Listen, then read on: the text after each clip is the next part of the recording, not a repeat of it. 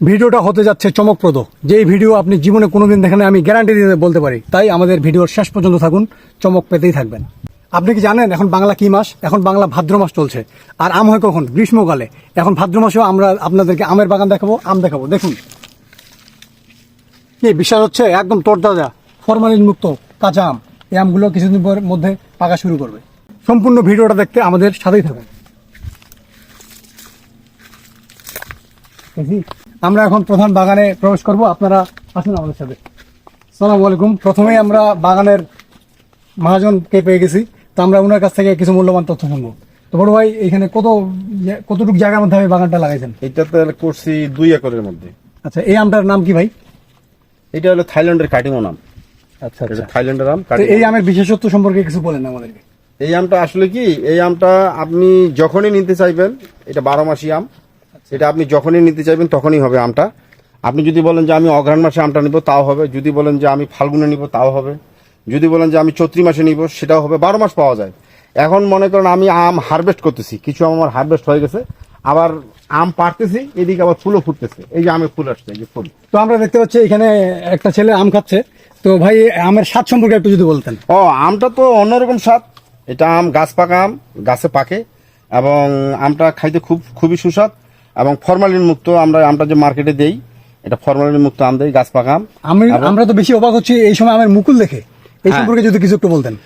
এইটা মুকুলটা, এটা 12 মাসে মুকুল আসে। কারণ আপনার এখন আম পারবো, যে আম পারতেছি, যে পাকা আম খাচ্ছি, আবার এখানে দেখেন যে আমের মুকুল আসছে।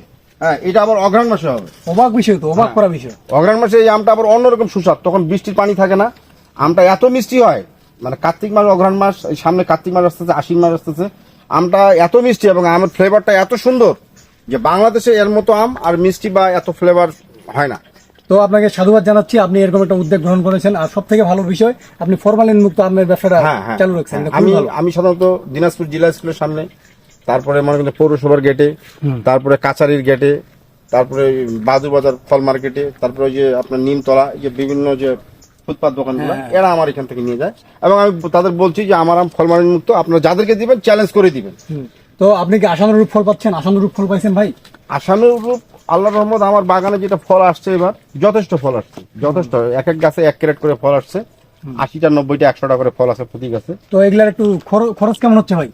ভাই, এটাতে খরচ অনেক বেশি। অসময় আম তো, অসময় আম করতে গেলে তো অনেক খরচ হয়, খরচটা অনেক বসে। তো আপনি কি আশা করছেন যে প্রফিট হবে আপনার?